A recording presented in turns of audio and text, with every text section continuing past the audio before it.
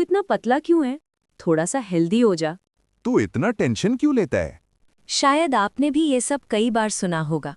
अब weight gain के लिए सब कुछ ट्राई कर चुके हो। जिम जॉइन किया, प्रोटीन शेक्स पिए, हेवी डाइट ली, सप्लीमेंट्स भी लिए, लेकिन रिजल्ट या तो बिल्कुल ज़ीरो या फिर बहुत थोड़ा सा।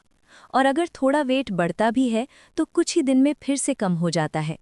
आपको लगता है शायद आपका मेटाबॉलिज्म ही बहुत फास्ट है या फिर आपका शरीर ही नेचुरली वीक है।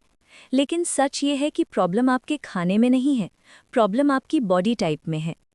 आयुर्वेद के हिसाब से अगर आप पतले हो, ठंड ज़्यादा लगती है, एंग्शियस रहते हो, डाइजेशन कभी ठीक तो कभी बिगड़ जाता है, दिमाग दिन रात सोचता ही रहता है, हर चीज़ में फास्ट हो लेकिन बॉडी वीक फील करती है और जॉइंट्स में पेन रहता है, तो आप वाता प्रकृति के हो।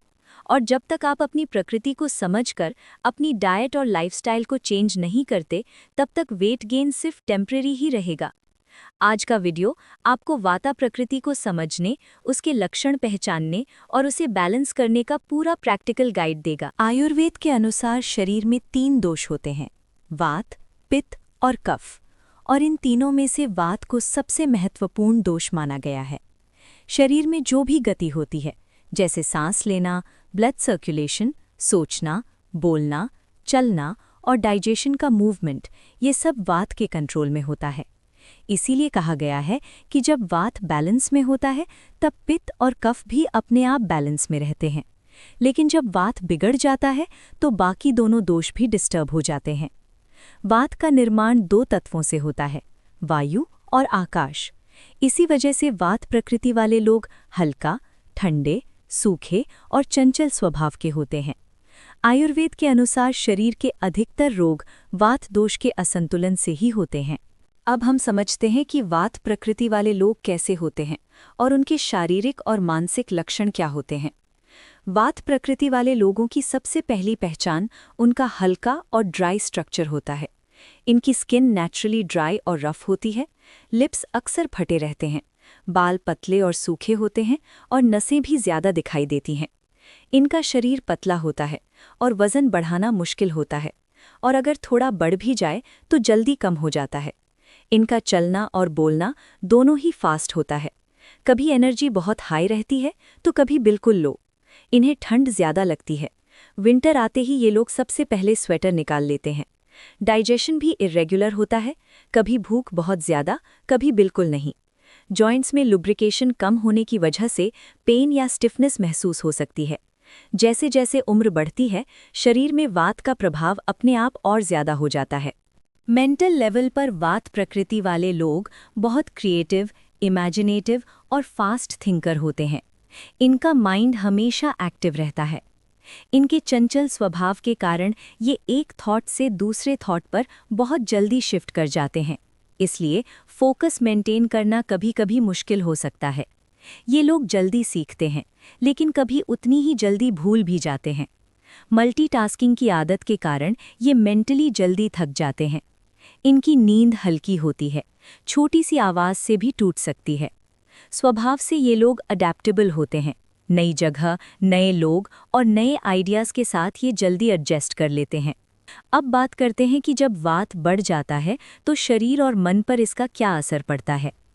जब वात प्रकृति बैलेंस में होती है तब व्यक्ति क्रिएटिव, एनर्जेटिक और मन से ज़्यादा शांत और अवेयर होता है। लेकिन जब वात बढ़ जाता है तो सबसे पहले शरीर में ड्राइनेस बढ़ जाती है। स्किन और हेयर ज़्यादा ड्राई हो जाते हैं, हेयर फॉल शुरू हो सकता है और जॉइंट से कट कट की आवाज़ आने लगती है। कॉन्स्टिपेशन, गैस और ब्लोटिंग जैसे प्रॉब्लम्स होती हैं। माइंड लेवल पर ओवरथिंकिंग, एंग्जाइटी, फियर, रेस्टलेसनेस और नींद की कमी होने लगती है। महिलाओं में इर्रेगुलर पीरियड्स, कम या ज़्यादा फ्लो और क्रैम्प्स भी हो सकते हैं। इस तरह धीरे धीरे शरीर और मन दोनों ही डिस्टर्ब होने लगते हैं। अब बात करते हैं कि इस बढ़े हुए वात को कैसे बैलेंस किया जाए। आयुर्वेद का एक सिंपल सा नियम है, जो ज़्यादा हो जाए उसे उसके ऑपोजिट से बैलेंस करो। सोचिए, अगर बहुत ठंड हो तो आप क्या करते हो? स्वेटर पहनते हो। अगर शरीर थक जाए तो क्या करते हो? आराम करते हो। बिल्कुल इसी तरह अगर वात के कारण शरीर में ड्राइनेस बढ़ गई हो तो हमें ऑयली और स्निग्ध चीज़ें लेनी चाहिए। अगर शरीर में ठंडक ज्यादा हो तो वार्म और गर्म तासीर का भोजन लेना चाहिए। और अगर शरीर हल्का, कमज़ोर या अनस्टेबल फील करे तो नरिशिंग और ग्राउंडिंग फूड और रूटीन अपनानी चाहिए। इससे वात धीरे धीरे बैलेंस होने लगता है। इतना सा प्रिंसिपल समझ लिया तो आधी समस्या वहीं सॉल्व हो जाती है। वात के लिए लुब्रिकेशन बहुत ज़रूरी होती है।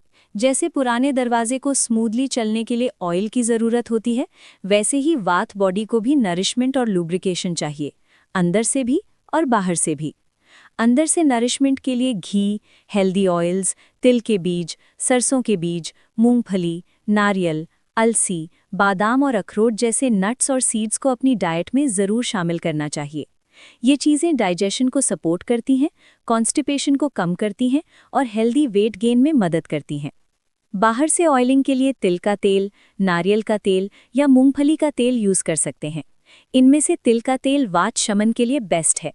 रोज़ाना या कम से कम हफ्ते में 3 दिन सुबह शावर से पहले हल्का सा तेल गरम करके पूरे शरीर पर लगाकर मसाज करनी चाहिए।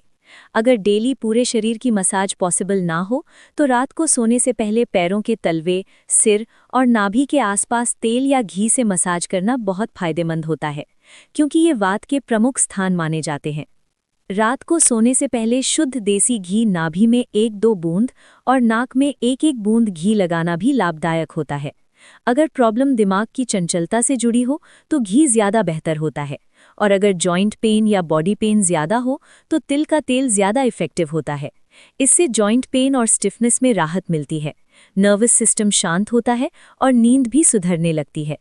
अगर वात का प्रॉब्लम बहुत ज़्यादा हो तो आयुर्वेद में बस्ती चिकित्सा को सबसे प्रभावी माना गया है, जो हमेशा ट्रेंड आयुर्वेदिक चिकित्सक के गाइडेंस में ही करवानी चाहिए। अब बात करते हैं कि कौन सा फूड लेना सही होता है। वात की प्रकृति हल्की और सूखी होती है, इसलिए इसे बैलेंस करने के लिए वार्म, कुक्ड, ऑयली और हेवी फूड लेना ज़रूरी होता है। स्वीट, सार और सॉल्टी टेस्ट वात को बैलेंस करते हैं, इसलिए खजूर, मुनक्का, गुड़ और खीर जैसे स्वीट ऑप्शंस लिमिटेड मात्रा में लिए जा सकते हैं।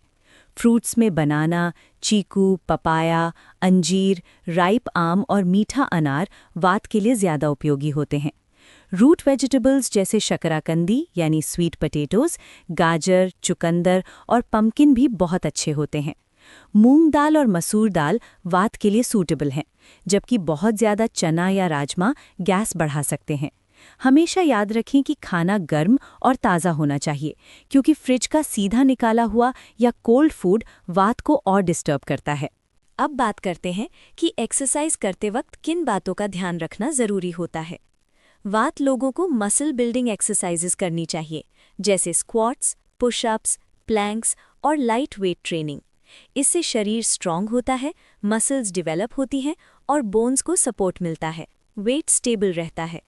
बहुत ज़्यादा हैवी कार्डियो, रनिंग या फास्ट वर्कआउट नहीं करना चाहिए, क्योंकि इससे वात और बढ़ जाता है।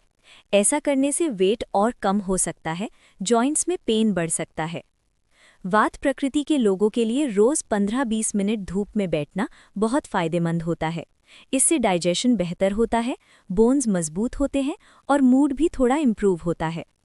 एक समय पर सिर्फ एक ही काम करने से दिमाग स्टेबल रहता है, फोकस बढ़ता है और काम शांत मन से होता है। इससे वात धीरे धीरे शांत होता है और मेंटल क्लैरिटी आती है। बहुत ज़्यादा फास्टिंग, लेट नाइट जगना, over exercise, cold drinks, fridge का खाना, एक्सेसिव ट्रैवल और इर्रेगुलर रूटीन वात को बढ़ाते हैं।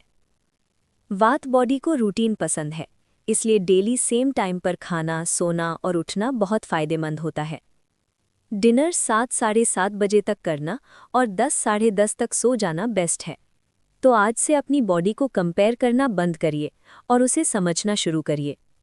आयुर्वेद का ज्ञान हमें यही सिखाता है, अपनी प्रकृति को पहचानो और उसके साथ जीना सीखो।